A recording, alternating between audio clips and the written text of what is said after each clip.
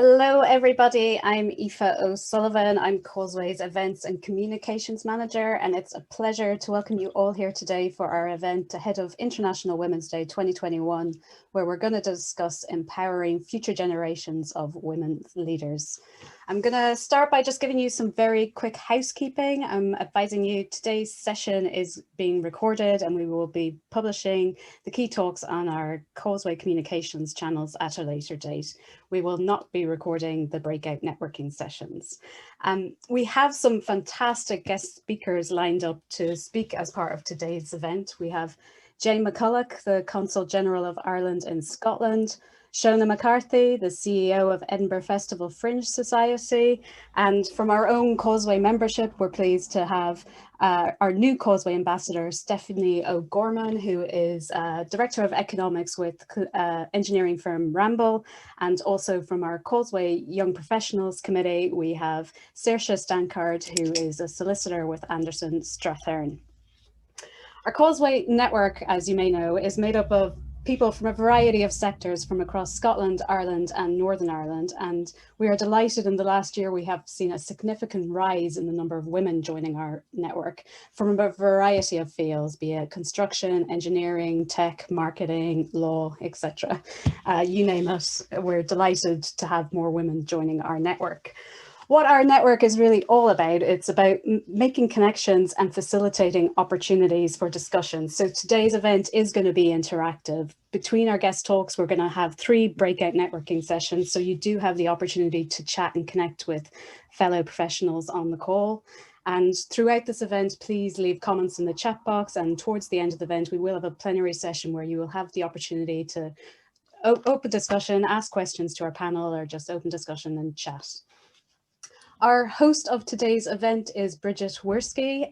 Brigid is Vice Chair of Causeway, and she is a successful Irish businesswoman in Scotland with her own firm as a coaching consultant and leadership guru with Envision Business Solutions. I will now pass over to Brigid to kick off today's event. Over to you, Brigid. Gura mahagat, Aoife. Díomh agus fáilte rót gléir. Hello everybody, and you're very welcome to this Causeway event to celebrate International Women's Day, which is next week, not today. I'm delighted to see so many people here, and we've got a variety of people. We've got some members of Causeway and members of BITA, joint members of Causeway and BITA. We've got non-members who have maybe come along to see what this is all about. And we've got friends and colleagues who are interested in the topic that we're discussing today. And I was speaking to somebody a few days ago, and I was telling them about this event, saying you really should register, you'll really enjoy it. And he said, I'm a bit embarrassed to say this, but I think I'd feel intimidated coming along to a women's event that's probably going to be full of women. And I said, well, welcome to our world, because I'm sure there's many of us at this event today that wouldn't be where we are if we hadn't got up and dived into a pool full of men and held our own and moved forward. So I would also like to welcome the gents that didn't feel intimidated and came along today. But even though this is an event in the run-up to International Women's Day, I don't think it's about gender. And I don't think it's about whether you're male or female or whatever gender you identify as. I think it's about talent and it's about people. And Aoife had asked me, Aoife does me brilliant notes for any of these events that I'm doing. So I have nothing to do apart from follow her guide, which is great. And she'd said, give a little bit of your own personal career story. And just what that made me think of is over my career, on the lows that I've had and the highs that I've had, the most important thing have been the people that were there to support me and to see my potential and to give me confidence in myself and belief in myself, and the people who believed in me. And actually, I think that's the most powerful thing we can do to empower current leaders, current female leaders, and future female leaders. I'd love to think that the job is done. I'd love to think that the 20-something-year-old Brigid, who was in her first couple of jobs and had a couple of wobbles because the world seemed a bit hard and quite male-dominated. And I'd like to think that that doesn't happen anymore. But actually, the job isn't done. I had a look at a recent UN report. I'm just pulling the stats up. And they said that at the current rates, it will take 130 years for to have gender equality amongst heads of government. 130 years at the current rates. I was thinking it was going great because there's a lot of female leaders, but it's not good enough. During COVID, we've had a disproportionate number of females at the front line, as we've often heard. But when you look at frontline workers, and this is caregivers, scientists, medics, they on average, according to this report, earn 11% less than their male counterparts. And the study looked at 87 countries, and they looked at the COVID-19 task forces from 87 countries. Only 3.5% had gender parity. So to me, they're just interesting stats to remind us that actually this conversation is important. And I think where there's inequality, that means that we're not necessarily accessing the best talent that we can access, which is what the conversation should be. And by God, do we need talent in the world at the moment? Do we need the best talent to be out there feeling empowered and doing all the work that needs to be done? I think yes. So we've got an amazing lineup of speakers, as Aoife said, to talk to us and give us their insights today. But this event is also about the conversation that we'll have amongst ourselves. So in true Causeway style, we will have some breakouts where we will discuss what's influenced us through our careers, what advice we'd give, that kind of thing. For those of you that aren't used to Causeway, it's very comfortable, there's no pressure, and it's having a chat, because that's what often gets things done. For those who are not at Causeway, or if this is your first event, you'll find that we're a friendly bunch, I hope. We're all about networking. We're all about bringing people together to foster business and professional collaboration between Ireland, Scotland, and Northern Ireland. And our aim is about helping businesses and professions to grow and prosper and share best practice. So that's really what we're all about. And we do that through events, through roundtables, and bringing people together. So that's enough from me. I am delighted to introduce our first speaker this afternoon, who has been a really great supporter of Causeway since she came into office. So I'd like to ask Jane McCulloch, who's the Consul General of Ireland and Scotland, to say a few words. Jane, over to you. Thanks very much, Brigid. It's always a pleasure to join a Causeway event and to see so many new faces attending, whether members or prospective members. It's been a real pleasure over the last year and a half or so since I've been in this post to watch the network expand and diversify. And whereas COVID presents all sorts of challenges to us all, I have to say that I've always, over the last year, been really impressed by how Causeway has responded to those challenges and has actually shown itself to be a leader and to discover new strengths in terms of networking. And one of the most striking things about attending Causeway events since the move online is how much more diverse the attendance and the participation is. Obviously, when everybody can attend, regardless of the location, that becomes so much easier and more automatic. And it has changed the room. The initial Causeway events that I attended were principally attended by men, and that's not the case anymore when we see the events online, and that's a really, really good thing, and we need to see more of it, and I applaud you for your successes in this field. I'm also, as many of you have seen and heard me speaking over the last few months, really, really enthused about the Young Professionals Network in Causeway, and there's some great women leading in that as well. And the more we do to bring young women through as future leaders, the better. So I think I'd like to just make 3 quick points on the theme of International Women's Day this year, which is Choose to Challenge. And I've thought of 3 ways that we can do this, all of us. The first is to always challenge gender bias, inequality and lack of opportunity whenever we see it, and not to sit by and wait for someone else to challenge it. And that's a personal responsibility that we can all take, and that involves challenging our own perceptions and our own actions, as well as those of others. We also need to challenge ourselves, particularly as women in leadership roles.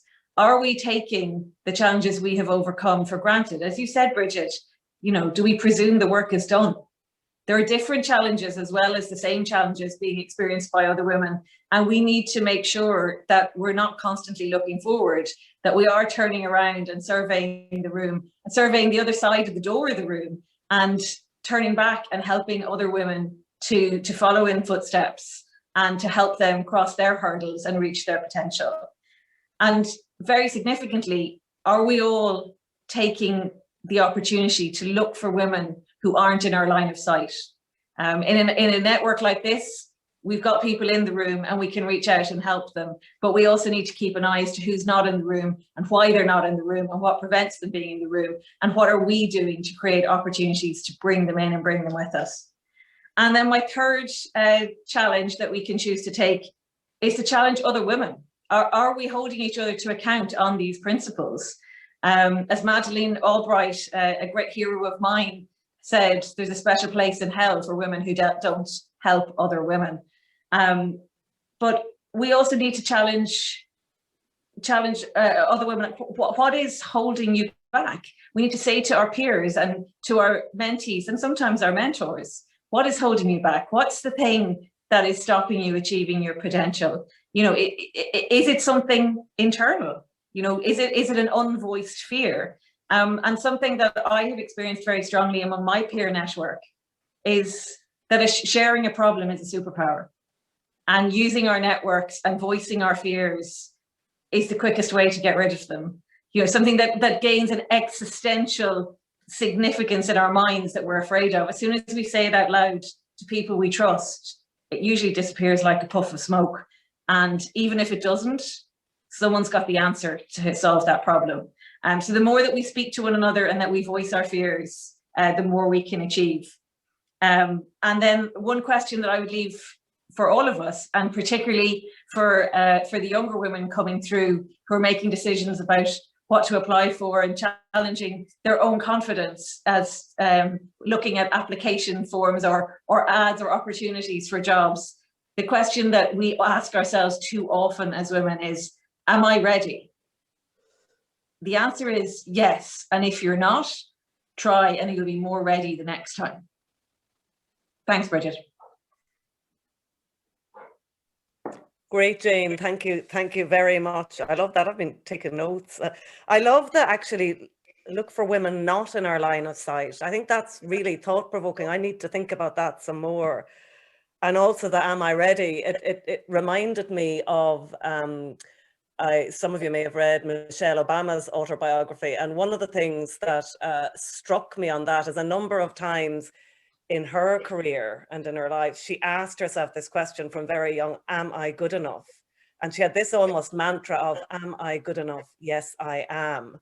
And that's a bit like the, you know, am I ready? Yes, I am. Sort of go for it. What's the worst that can happen? I see people have already started to join in the chat, and that's great. Please feel free to put your comments in the chat, put questions in the chat. We will be pausing at different stages, as I said, for breakouts, and there will be an opportunity to ask questions to our panel. I'm next going to move on to a poll. So if I could ask, Aoife, if I could ask you to run the poll. And it's along the lines of exactly what Jane said, that the theme of International Women's Day is choose to challenge. And I'm just interested to know, have you experienced gender bias? And I can't do the poll because you can't as a co-host, but my answer would be yes. And I probably didn't speak up enough for myself at the time, but so don't be shy. So we'll give a couple of minutes for that.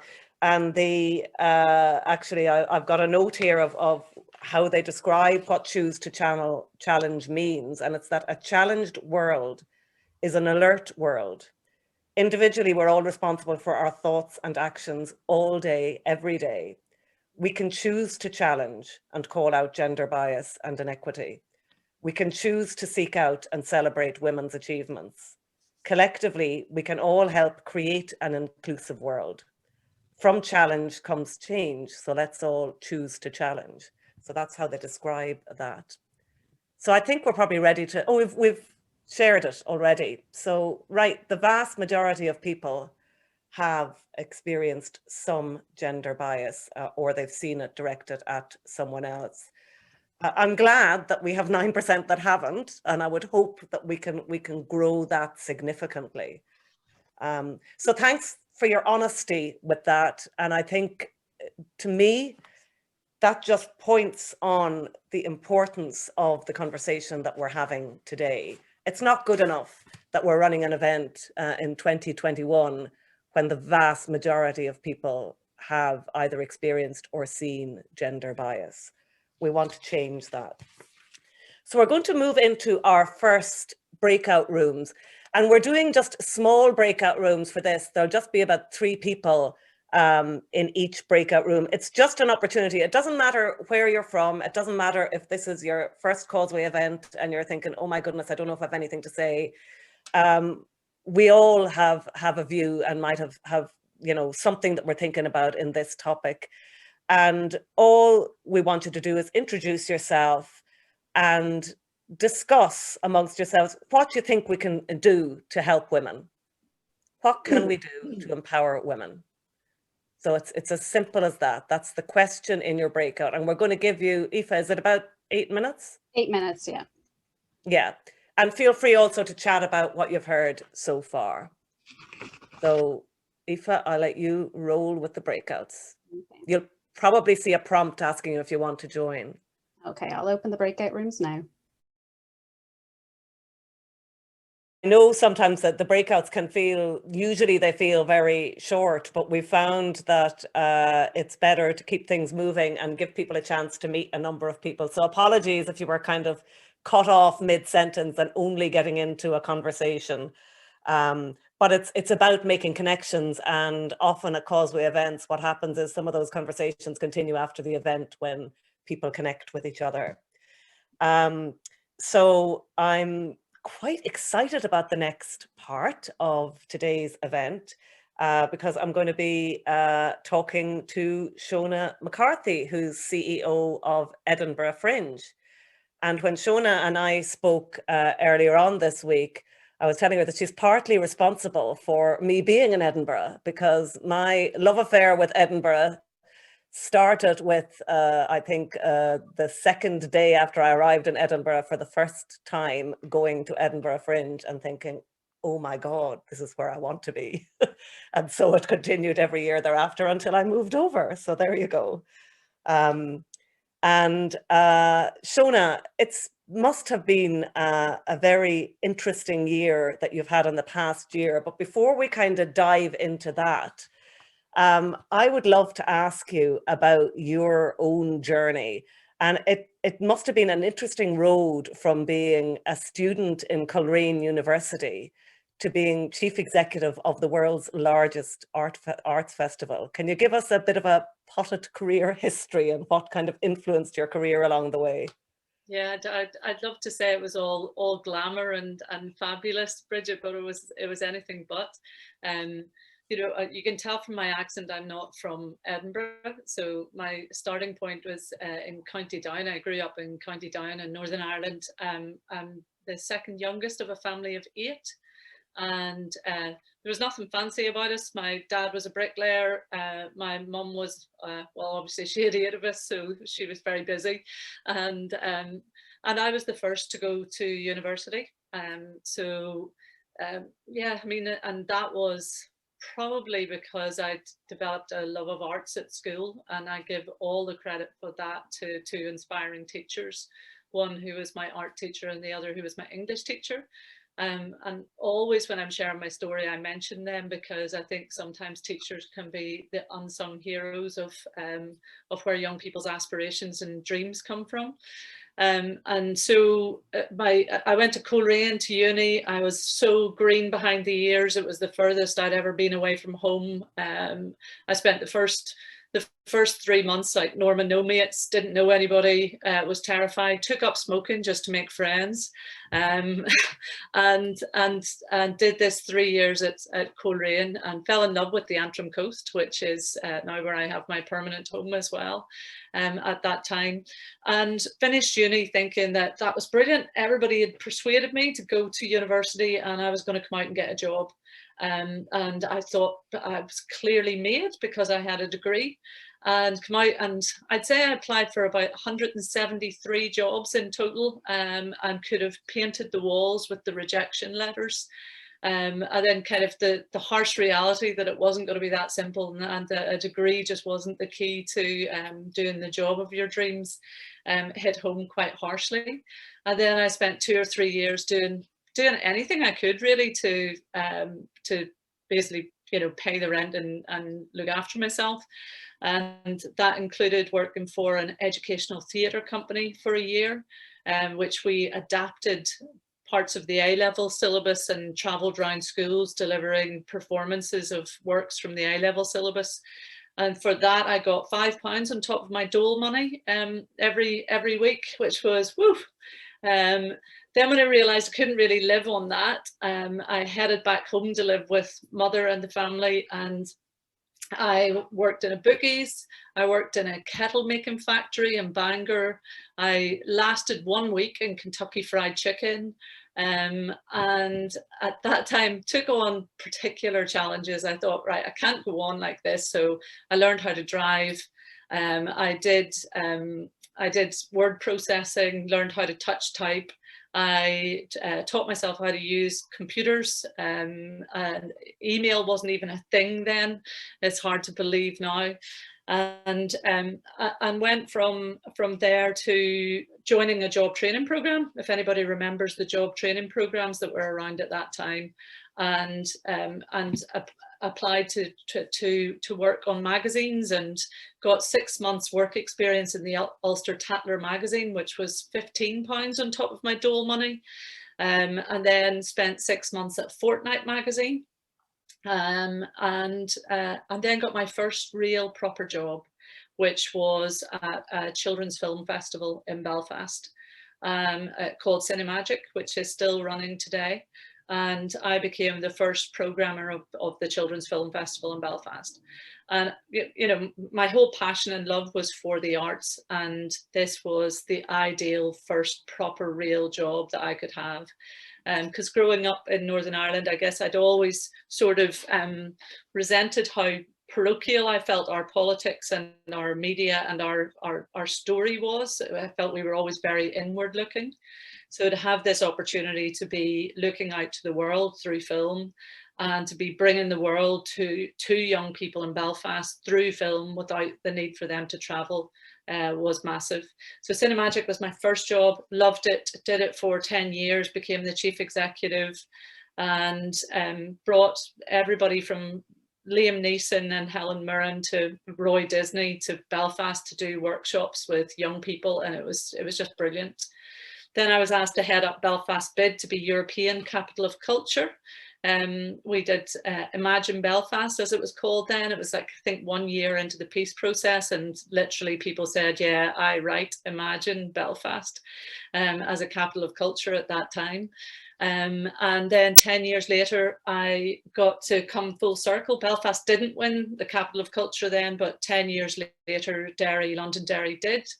And I got the job as chief executive of the culture company to run the City of Culture year in Derry, which was probably still, even with COVID, probably still stands out as the most challenging job I've ever done. It was a UK title in a city like Derry that would not necessarily consider itself to be, well, certainly everybody there doesn't consider themselves to be UK citizens.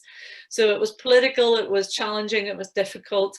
And I spent 3 years in that job, and it's both the most challenging thing I've ever done, but also the thing I'm singly most proud of, because I think it was genuinely transformational and an amazing thing for that city.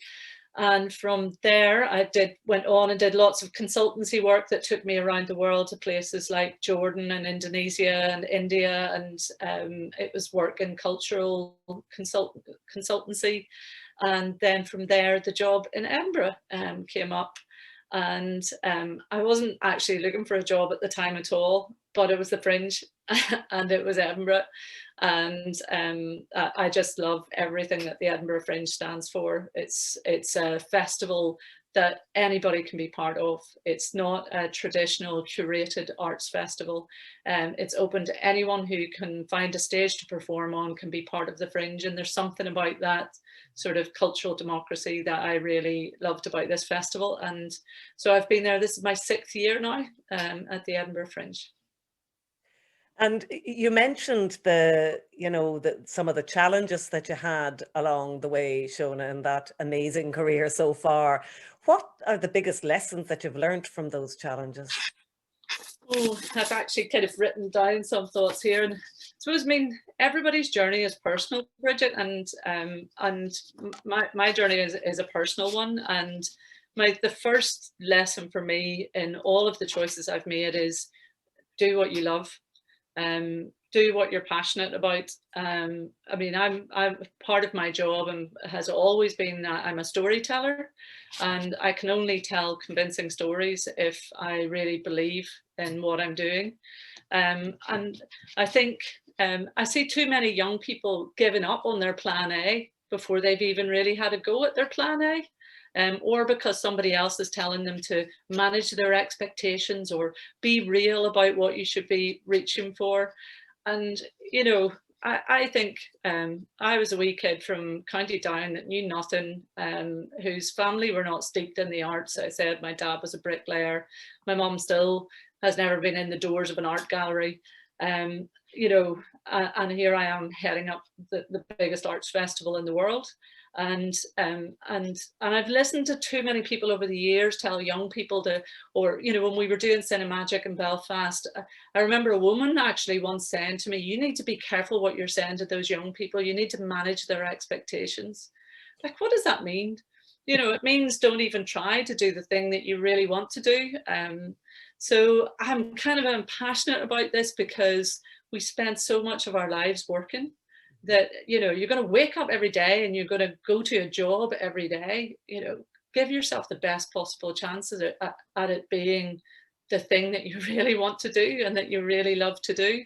And even if it takes you 10 years to get there, sure, that's you still got 30 years of work in life of doing something that you want to wake up and do every day. So that's the first big thing for me. Second big thing for me is being a team player. I think that there's that old mantra of, you can run faster alone, but farther together. And I'm a huge team player. Nothing I've ever done has been on my own. It's been with amazing groups of other people. And a very liberating mantra that somebody else gave to me before the Derry job, and it became our mantra for the City of Culture in Derry, because I don't know if anybody remembers that whole time, but when Derry won that title, the general feeling was it's going to be shit. It's going to be absolutely shit. I don't know why you're even bothering. It's Derry. It's got a terrible history. It's got such a journey to travel to convince anybody that it's a cultural city. This is going to be rubbish. And I remember the very first day I had my whole team together and I said, look, we're going to take on a mantra for this year. And our mantra is going to be, you can do great things if you don't care who gets the credit. And they all looked at me as if like, who wants the credit for this? Everybody thinks it's going to be shit. But by the time we published the programme for the City of Culture year, everybody knew exactly what I meant, because suddenly everybody had put it together. Everybody was claiming it. Everybody owned it. And that was exactly what I meant. We'll be able to do great things here if we can put ego aside and not care who gets the credit for it, because the important thing is going to be to do something really momentous and amazing in this city. And it's been a really liberating mantra actually for me for all my life, because it means you can just work your ass off in the background and do really good stuff. But if you genuinely don't care about who gets the credit for that, it's very, very liberating. So that's another kind of thought I had. Adding value. I've only ever taken on jobs where I genuinely feel like I can add value. I only ever stay at a job as long as I still feel I'm adding value. And I approach every single job I've ever done with a view to working myself out of that job and moving on when I feel I'm not still adding something or still getting something from it. So Cinemagic's a brilliant example. My first ever real job, absolutely loved it. But 10 years on, I felt myself, I'm not giving anything new to this. And there's so many young people that I supported and enabled that I felt confident that I could walk on and they would take over and run it brilliantly. And they did, and they have, and it's still there, and it's wonderful. Enabling, supporting, developing others. It's been part of every single role I've ever taken on has been about how can I, that challenge that Jane threw out to us, how can I look around the space and not only support the people who are working with me, but recognizing who's not in the room, who's not in this space, and happy to come back to that later. And then my kind of final sort of big learning thing is try not to be afraid. And I think this is especially women. I think we can carry a lot of fear, and that whole, we're not good enough. Am I good enough? Should I be here? Am I entitled to be here? And lack of confidence in your own reflections and your own view. And I'd say, I mean, I'm 53 now, and it has taken me this long to feel properly confident in my own skin. And if I could speak back to my younger self, I would say, believe in your own voice and have more confidence in your right to be in the room. So those are just Shona. And as you were saying all of that, I was imagining the young Shona who was in this terrible job in Kentucky Fried Chicken that she wasn't enjoying, listening to this awesome, career and guidelines, because we never know early on in our career where we can reach to. And I fully agree with what you were saying on how damaging terms like manage your expectations, because often terms like that actually mean curb your expectations. Yeah. And that's not a good thing. If we can learn to live with failure, why wouldn't we have the biggest expectations? Because there's nothing worse than not trying. I've 101 questions I could ask you, but I'm only going to ask you one more. And I'm sure you were gutted at having to cancel Edinburgh Fringe, along with half the world that were gutted that it was cancelled in 2020. Are you able to share a little with us about how you have managed and the impact on your leadership in the last year of dealing with all of this change? And can you give us any hope for Fringe 2021? Well, I'll take the first bit first. I mean, it was massively challenging. It's, there are so many stakeholders involved in this festival. In 2019 we had 4,000 shows, and we sold over 3 million tickets. It's as big as the FIFA World Cup, and thousands and thousands of artists' lives going to be impacted by it. Not to mention my own team, because the way our organisation works is our finances come from a percentage of commission on the tickets sold and the registration fees from the artists and companies. So when you take the festival away, there's no income. So, but what's that old expression about you don't know how strong you are until until you're really pushed? And I found the whole thing weirdly empowering, because I totally stepped into, okay, totally focused mode. Right, what do we need to do? What are the priorities?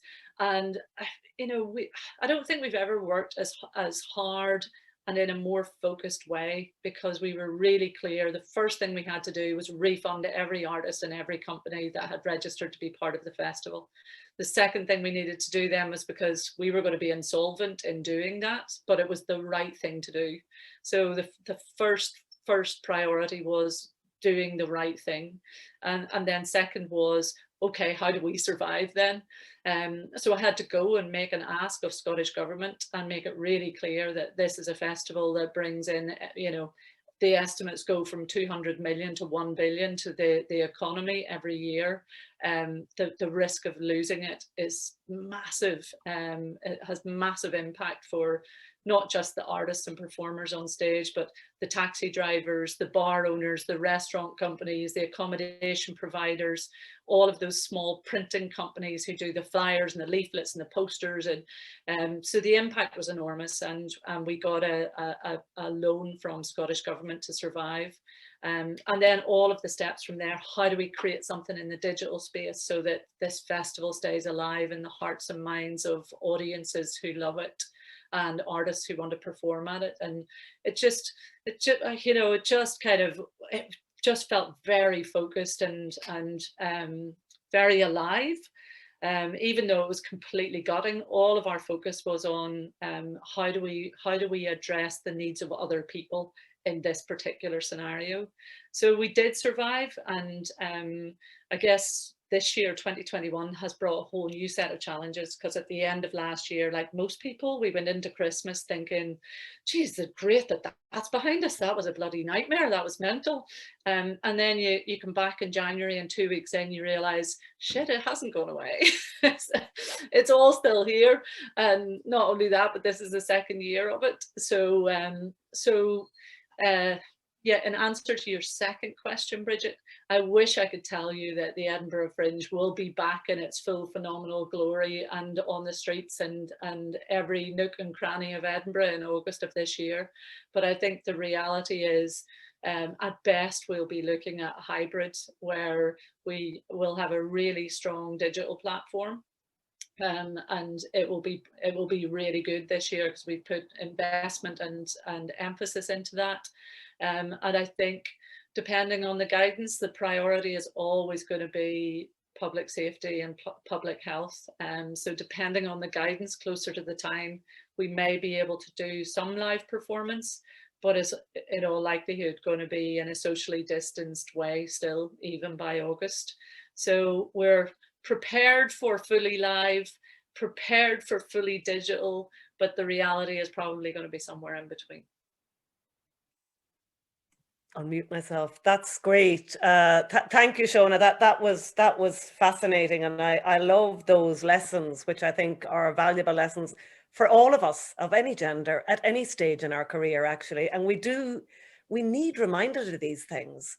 I think we regularly get bogged down in things, and it's so refreshing and helpful to take a step back and be reminded of you know, things that we can do to be better and to perform better, and to love what we're doing, which is so important. We're going to move to another breakout now. You've heard some amazing advice and kind of tips from Shona and from Jane earlier. And I'd like you, in your next breakouts, just to have a chat about that, and also have a chat about what's the best piece of advice that you've ever received in your career. Maybe you've heard it here today, you never know. So Aoife, I'm going to ask you to do the magic with the breakouts, and we're keeping an eye on the chat, and we will open it up for people to ask questions and give comments a bit later on. Okay, I'm opening the breakout rooms now.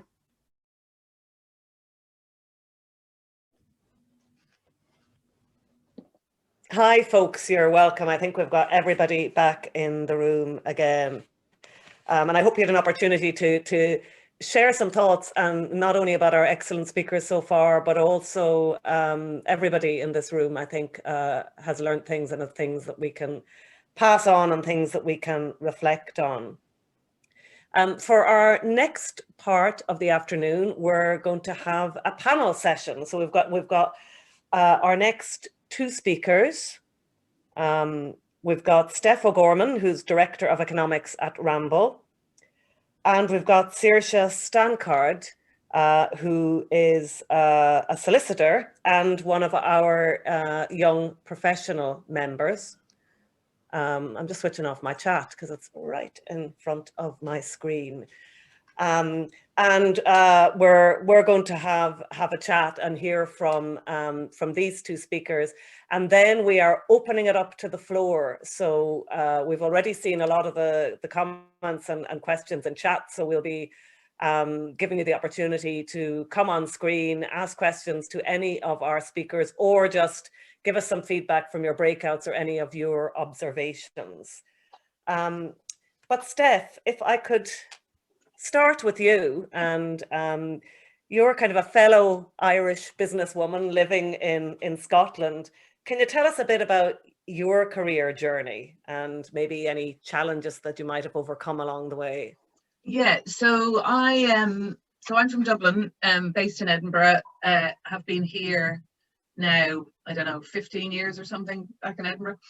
And I left Ireland after doing my degree in Trinity to go to Australia, and I just kind of never made it home. I didn't mean to emigrate. There was no kind of big decision. I stopped here on the way to do a master's on the way home, and I just never left. So I spent nearly 20 years working in engineering companies. So I am an environmental economist by training. And so for people who don't know what that is, it's really about decision making. So I kind of work on supporting decision making and providing information that expands people's knowledge so that they can make better decisions. And so a lot of that's around environmental elements, but also lots around social things as well. And how we might put in infrastructure, big roads or other pieces of infrastructure, and what they can do. And how we can contribute to improvements in that process, I suppose. And so in my early career, I traveled lots with work. I had a great time. I spent a lot of time in Latvia for over a couple of years. I traveled around Europe. I did work in Australia and New Zealand. I've done a little bit of that since I've had kids, but not as much as I probably did, when I was young, free and single, as it were. And in the process kind of proceeded up through the grades of, a consultancy world. So consulting is a challenging business, and it's not for the faint-hearted, I think. But really, what plays to my strengths, I think, is the flexibility and the constant variable opportunity that arises. So, I've worked on things in every sector, and touched on different projects all over the world. So I think that sense has given me a real opportunity to see different environments, interact with different types of people. And I mean, I think, that for me, the challenges have been, so from a kind of a company and career perspective, I've seen lots of change through, I might not have moved to jobs, but we went through lots of acquisitions, which meant changing people, changing structures, changing, and that can be quite unnerving. And so that's definitely been a challenge. I've done a lot of that. I think latterly, the work-life balance is a massive challenge. I have 3 kids who are under 10, so that's a constant kind of game we're playing.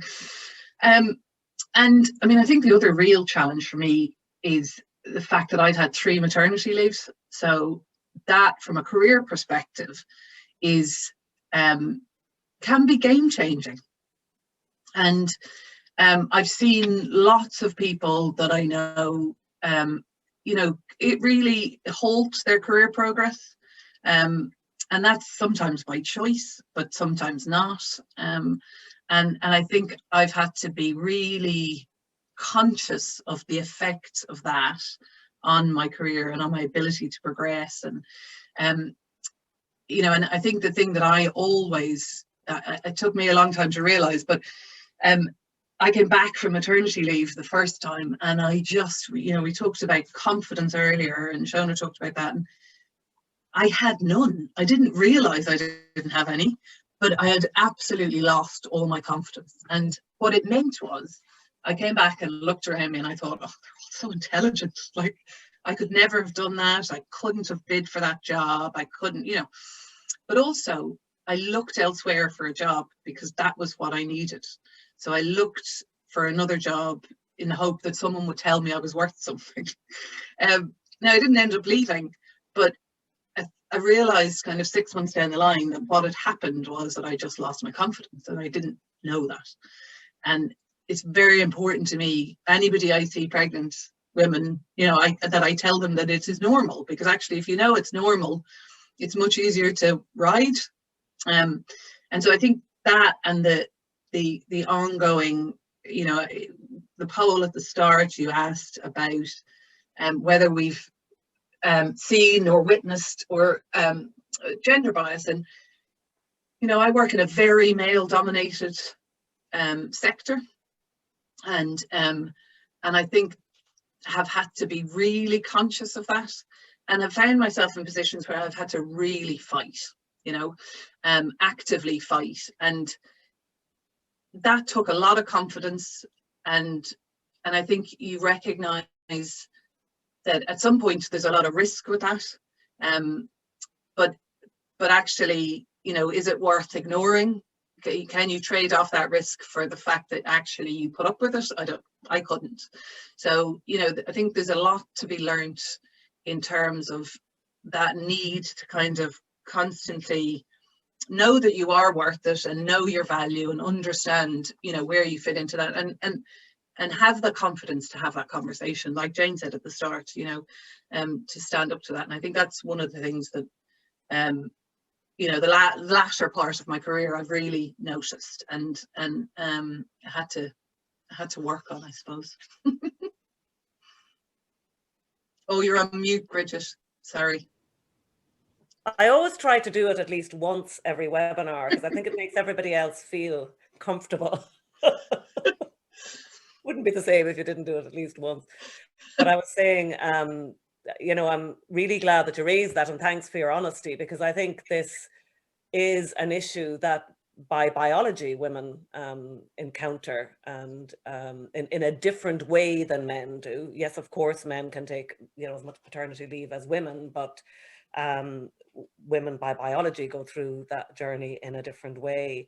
And thinking about what Jane said earlier on, and what Shona said, that thing about reaching out to help others, and who isn't in the room that should be in the room, and the comment that you were making, Stefanie, was on kind of reaching out to anybody that you see who's pregnant or returning or whatever, to make them feel like they're not alone, because topics like pregnancy and losing confidence, or menopause, or these kind of things that can really affect people at work, they're not open topics that we have in a lot of workplaces. I know it's getting better, but they're difficult topics to have, and they have a real impact. Yeah. And we need to get over that and to support people. And I think for men as well, that have, for different reasons, might have been taken out of the workforce for 6 months or 12 months, they will also encounter a lot of these confidence type issues, but they don't maybe encounter it quite as much.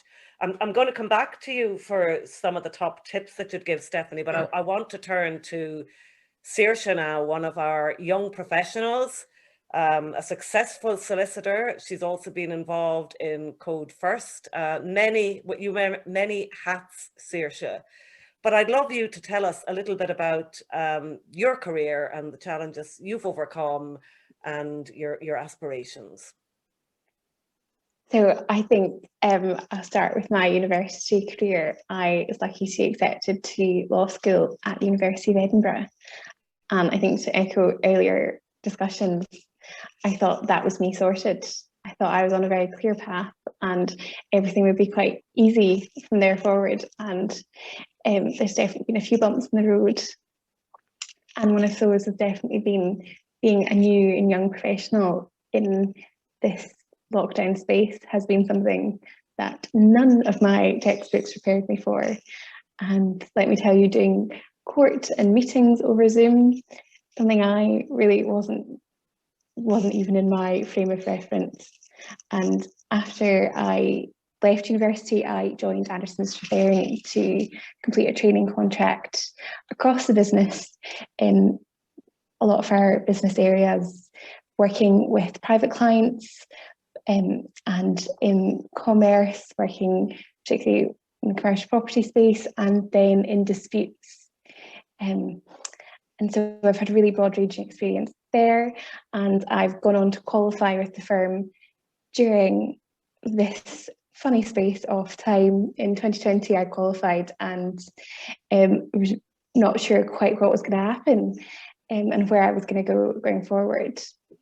I was very lucky to stay with my firm and more recently join the Scottish Parliament on a client's comment, and I think that was very much not part of my plan, but it's been one of the best things I've ever done in my career. And I think confidence is a major challenge, because I learned to work in an office and I was just getting a handle on it. I think we work in 6-month seat rotations, and it was only ever at the 6-month mark that you started to get confident. And we went into lockdown when I was at the 3-week mark, so I really didn't have a handle on my job at the time, and I've had to learn how to pick things up remotely. I think I've been so grateful for the kind of more experienced colleagues that have taken me under their wing, and particularly those that qualified in a recession before and knew what the kind of anxieties I was experiencing, and reached out and said, "Are you okay?" Not just with the actual work I was doing, but trying to figure out where my career was going to go. And I've been lucky that everything has worked out to date, but I think that things have only worked out because people cheered me on when I was feeling low, and recognised potential in me on the days where I didn't feel particularly shiny. And so, go on, Brigid. Yeah. No, I'm saying so much of what everybody is saying today, you know, down to people, comes down to confidence, doesn't it? There's so much wrapped around that. And I think my guess, having got to know you a little bit, Saoirse, is that there wasn't a lot of luck in what you did. There was a lot of talent and a lot of hard work. And it's funny, the harder you work, the luckier you get, or the more talented you are, the luckier you get, which is always part of the confidence. And one of the things that we've found in Causeway, because the Young Professionals Committee is a relatively new thing for Causeway, it was launched last year, and it's having a real impact on Causeway and helping us to do things in a fresher and better way. And anybody who was at the event that we ran, was it last week or the week before, the entrepreneurs and startups event, it was fantastic, and we had such a diverse set of businesses and individuals and a real energy around entrepreneurship and startups that we wouldn't have done if we didn't have the young professionals. They ran it for us. So I've a last question for both of you, and then we're opening it up to the floor. So people on the floor, please get ready to raise your hands virtually or literally and come in and join the conversation. But my last question just to both of you is, just have you any top tips that you would like to share with the audience, or any kind of, you know, top observations? So I'll go to you first, Steph. Sure. I mean, we were talking there about the bit of advice that you were given, you know, the best bit of advice. And I mean, it's hard to know, but the one I recall most, I suppose, is a senior female leader in my business when I was younger said to me, just be good at what you do, you know, focus on being good at what you do and what you enjoy, and the other stuff comes, you know. And I've kind of always just remembered that. But I think the other things, I found a presentation I gave to a women's network about 2 years ago, and I'm just looking at what I had said then and if I still agree with it. But you know, actually network, this says network, and I, you know, the opportunities I've been able to realize have hugely come through my network. And that was both my internal work network and my broader one. And the value of that can't be underestimated, I think, from a leadership perspective. And I think, you know, we've talked a lot about confidence. I think recognizing that is really important. But I think from a female perspective, it's important to really understand yourself. Like, and it's been late coming to me, kind of self-awareness. I'm not greatly known for my self-awareness, but I have, you know, more recently really tried to focus on that, because actually that is where both, and it's not a, maybe it's not a female thing, but, you know, understanding that people are different and understanding that people's needs are different. So if you can tell that when you're in a room with people, you know then that some people need to be invited into conversations rather than jumping in the way I will, or, you know, and actually your perceptions of how you interact with both colleagues and others is changed when you have that kind of self-awareness. And I think getting to know yourself in that context, in your professional context, is also really valuable. Thanks, Steph. And Saoirse, anything from you on tips or observations? I think for me, as a young professional, looking up to a lot of very experienced leaders, it's to listen and to be listened to. I think I've learned so much by listening to people and letting them talk to really understand what issues they face and what kind of advice I can give them that can assist. But also I think being listened to is so valuable, and having leaders, and particularly those that you're managed by, be open to your ideas, because where you sit, you can often see things that they don't.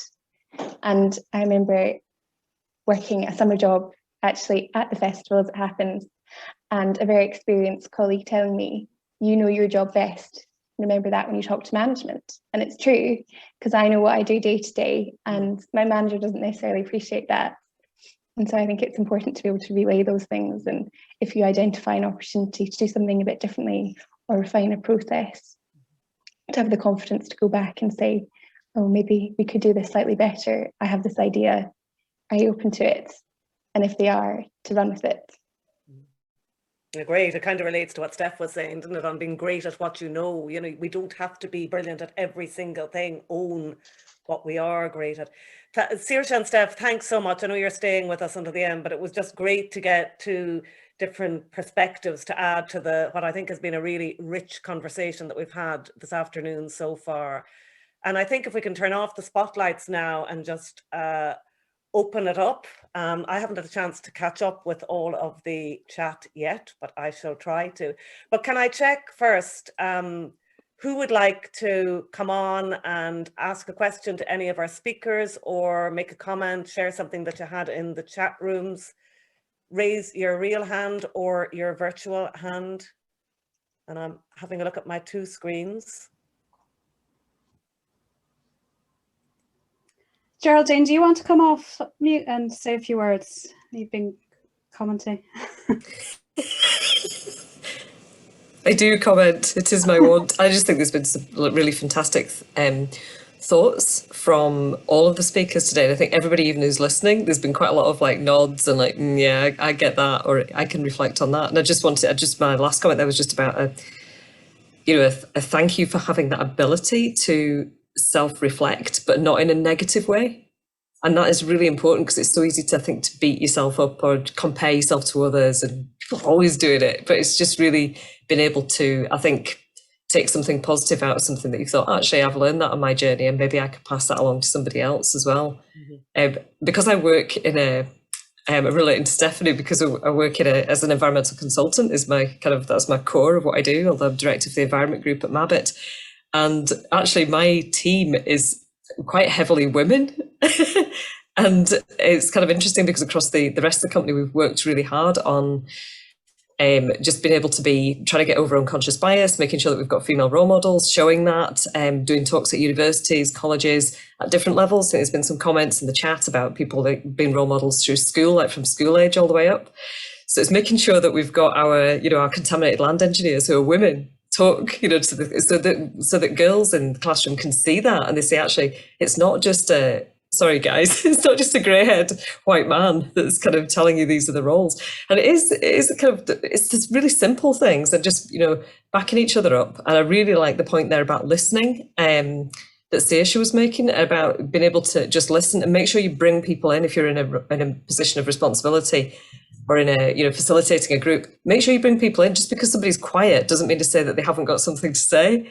So, and that's quite funny because you came to me first to then just talk, because I'm kind of like out there talking all the time. But I do a lot of facilitation. I do a lot of training, so I understand sometimes you've got to have a spark to get other people kind of moving as well. And it is amazing still. And I put the comment into the chat about it is amazing still. I've still got female engineers who talk to me because we've got a women in STEM group at Mabbit.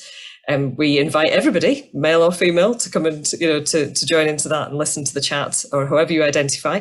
And it is still a thing that happens, is that even with a senior female engineer, with a younger, kind of less experienced male engineer with them in a team, then quite often the site contact will direct questions to the male. And it's like, what? You know, does this really happen? But I think there's really important ways of, you know, I think we've all got a responsibility as well to recognise that people have grown up in different cultures and there's different ways to tackle that.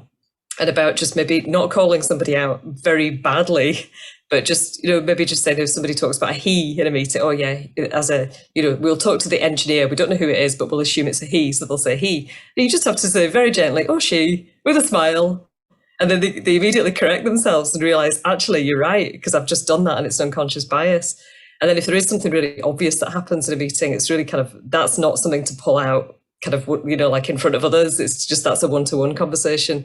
And we talked about this in our group, in our breakout groups, just saying it's good to say, you know, I don't know if you realised, but you talked right over the top of me, man, that was talking. You talked right over the top of me when I was talking. So I don't know if you realised you did that, but it made me feel like I was being undermined a little bit. So what was going on there? Is this something we can talk about? So trying to do things in a really positive way. And I think that positive message definitely came out of all the speakers, and that's where I'm going to shut up. No, I think that's great, Geraldine. And actually it's an important reminder that there's no point in going down the self-righteous, all guns blazing route. You know, it's in a lot of cases, it is a gentle reminder that people need, rather than, you know, embarrassing them or doing it in an aggressive way. And actually those lessons apply not just to gender bias, but to anything where we see behavior that we might not agree with. There's ways of influencing that. Who else would like to come in? And actually, I need to do a shout out that I meant to do earlier. Mary, I see you and I'll come to you in a second, but just to Suzanne, who is still with us, I think, or was a minute ago. And some of you know Suzanne Easy, who's been with us with Causeway for about, is it 8 or 9 months, Suzanne? And this is her last day. So Suzanne is moving house, moving town, and moving job, all of those things. But it's been great to have you, Suzanne. Thanks.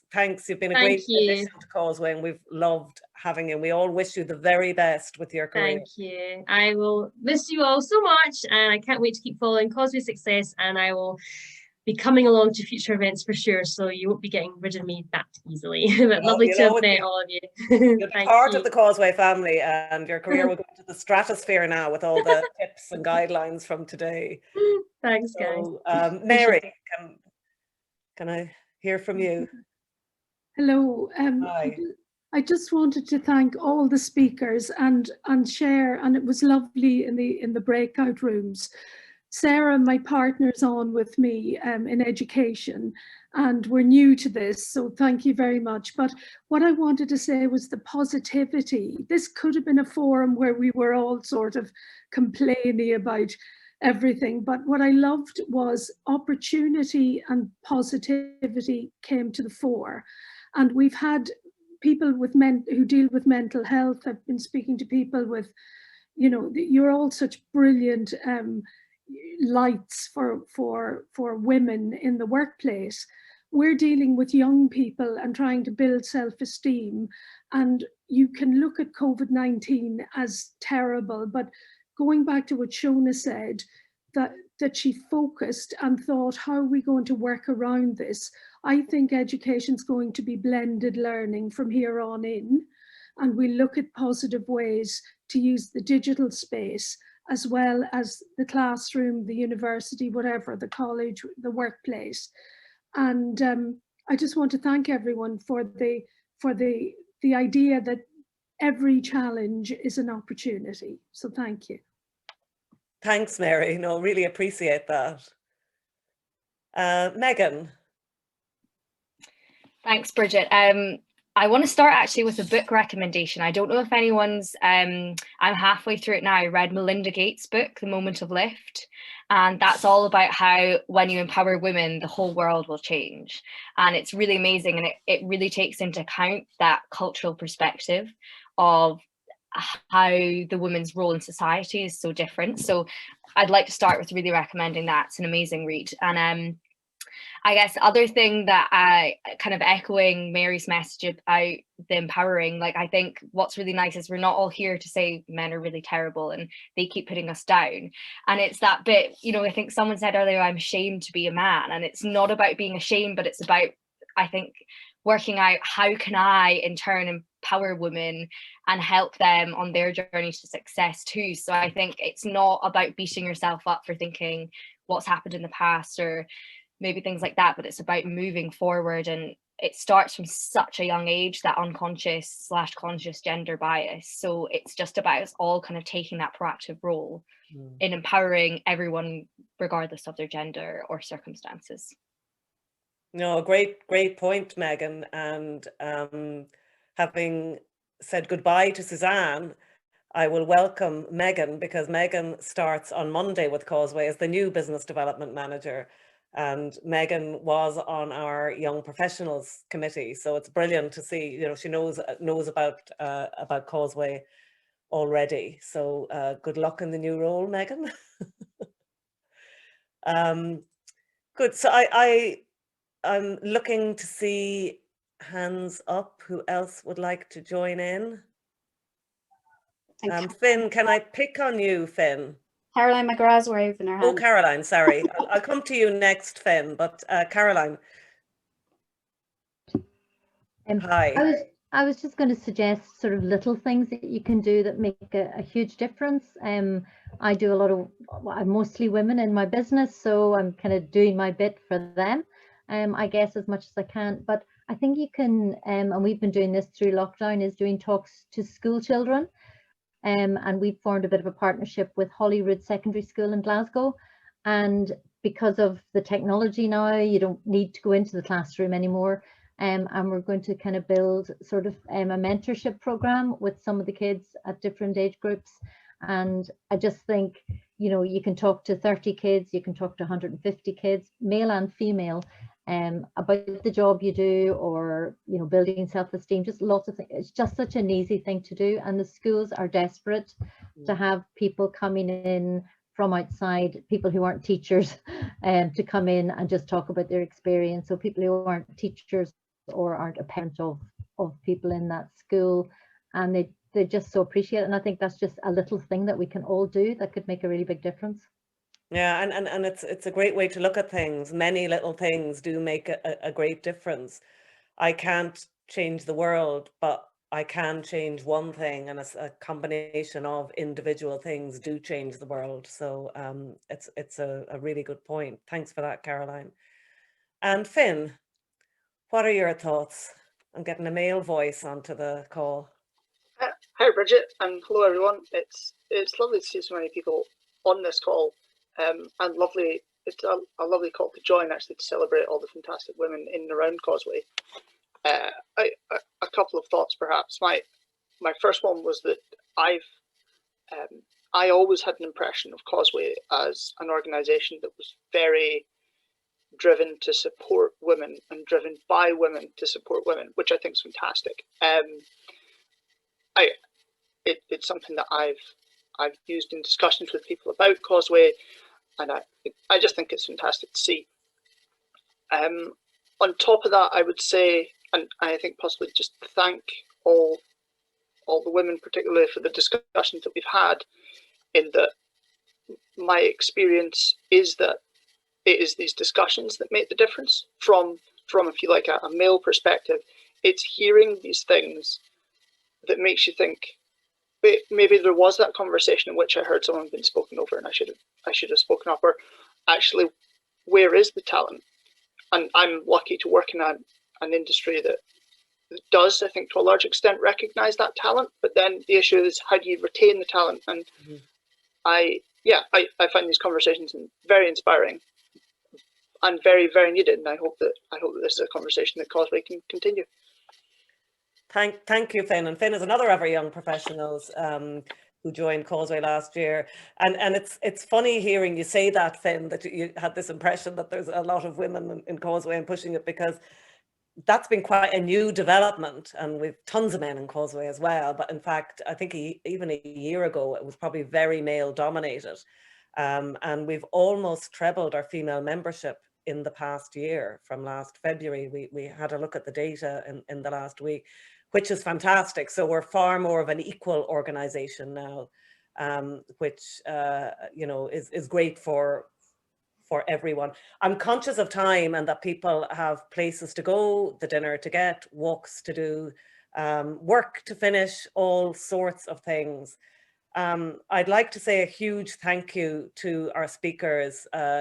You've talked to us in a very thoughtful way. You've given me more confidence and more belief that we can do more. And also you've given me a renewed sense of personal responsibility for taking action and reaching out and finding those people that might be a bit more invisible, and all of us doing our bit so that we can continue to move forward and we can crack through things, so it doesn't take 130 years to get a more balanced governments across the world and all that kind of stuff. We've got some amazing events coming up. Aoife, are you in a position to do a quick summary? So the big one coming up is St. Patrick's Day celebration on the 16th of March. Causeway is hosting this in partnership with the Dublin Chamber and the Edinburgh Chamber of Commerce. So we'd really love if people were able to come along. It's going to be a networking event and hopefully lots of opportunity for chat and crack, seeing as we're not able to gather in person again this year for St. Patrick's Day. So please come along to that. We have other events in the pipeline, such as our Digitising Construction Sector event. We have another one in that series in April. So if you're in the construction or engineering sector, we'd love to see more women at that event too, if possible. I'll just quickly, if you're not a Causeway member already, I'll just like to say we'd really love to have you join our network. Business membership is from 360, but if you are a young professional, we do have the under 30 for the under 30s rate as well. I'll just closely wrap up and then say thanks to Brigid and again to all our guest speakers today. It was truly a wonderful event, and yeah, thanks very much. And we hope to see you again soon at another Causeway event. Thanks, folks. And it's World Book Day as well. So I recommend that what you do when you finish this is sit down and read a book for the rest of the evening. But thank you all so much for joining, and hope to see you next time. Thank you. Thank you. Thanks, everyone. Cheers. Thank you. Bye, everyone. Bye.